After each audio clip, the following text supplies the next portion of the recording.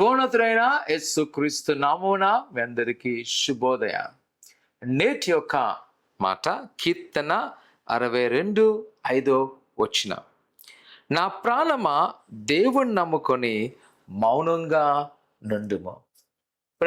కుమార్తె భక్తుడైన దావీదు గారి జీవితంలో కొన్ని కీర్తనలు చాలా ప్రత్యేకమైన కీర్తనలు. ఆ కీర్తనలో ఆయన దేవుడితో ఉన్న ఒడంబడికను జ్ఞాపకం చేసుకుంటూ ఆయన తప్ప మరెవరు సహాయం కాదు అని చెప్పడానికి పాడిన గీతంలో 62వ సంకీర్తన ఎంతో ప్రాముఖ్యమైనది. ఆయన సెలవిస్తున్నాడు, నా ప్రాణమా మౌనంగా ఉండి ఆయన మీద నమ్మకం ఉంచు.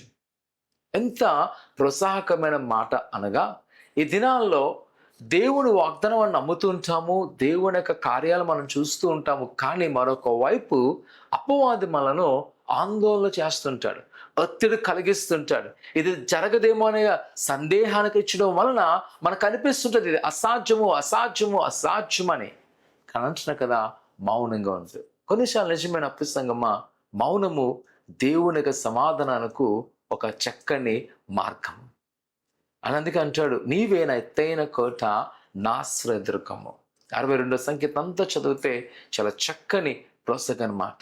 ఈరోజు నా కుమార్తె, భయపడక. ఒకవేళ నీ చుట్టూ వారు నేను ప్రేరేస్తున్నారేమో గొడవలకు, మౌనంగా ఉంటూ యెహోవా మీద నమ్మకించు. నీ నోటి మాటను బయటికి రానోక. ఇదిగో యుద్ధవీరుడు, యుద్ధశూరుడు, యుద్ధం యెహోవాదే, ఆయన మన పక్షమున వ్యాజ్యమాడబోతున్నాడు. ఒకవేళ నీ చుట్టూ ఉన్న శత్రువులు నేను రెచ్చగొడుతున్నారేమో, నీ మీద తిరుగుబాటు చేస్తున్నారేమో, వారి వైపు చూడక ప్రభువునందు నమ్మకం ఉంచు. ఆయన నీకు సహాయం చేయబోతున్నాడు. ఆయన నీ జీవితాన్ని మార్చేయబోతున్నాడు. ఆయన నమ్ముకున్నప్పుడు నా ప్రసంగమా, ఆయన తెలుసు మనల్ని ఏ విధంగా దీవించాలో. ప్రార్థన చేసుకుందాం. పరిశుద్ధుడా, ఘనమైన దేవా, నీకు వందనాలు. నీ వాగ్దానము ఎంతో గొప్పది. ఆయన వాటి మీద నమ్మకించుగా మాతో దర్శించండి, మాట్లాడండి. మరి ముఖ్యంగా నీ కుమార్తెలు జ్ఞాపకం చేసుకొని నీ సన్నిధిలో మౌనంగా కనిపెడుతుండగా ప్రభా, వారితో మీరే మాట్లాడండి. నీ కృపాక్షములతో నింపండి. నీ సన్నిధి వారికి తోడేయించి నడిపించమని యేసునామమున తండ్రి, ఆమేన్. ప్రభువునందు నమ్మకం ఉంచండి. ఆయన నీ పట్ల గొప్ప కార్యం చేయను గాక. ఆమేన్.